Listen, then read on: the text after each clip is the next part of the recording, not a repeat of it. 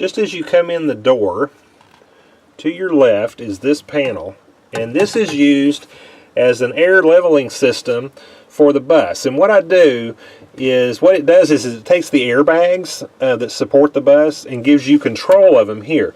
This switch right here is for a compressor.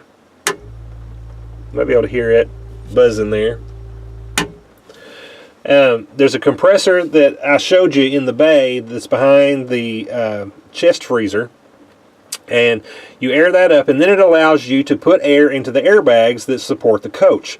And so what you can do is, when you get to your campsite, I can use these airbags by controlling these. This is the passenger rear, driver front, passenger front airbag, and I can level the coach using those airbags. And then what I do is I'll slide boards. There's support places that you support the bus. There's 4 points that you set the bus on, and what I'll do is I'll get it level, and then I go back there and I slide boards up underneath those 4 points, and then when the air pressure comes off and the bus settles down, it'll be sitting on those boards, and you've got a nice solid foundation. You don't have to jack anything up.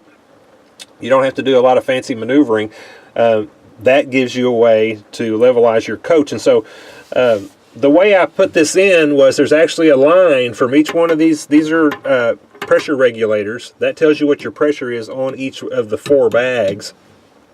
And there's actually a line that runs from each bag up here to this regulator and back, and then to that air compressor.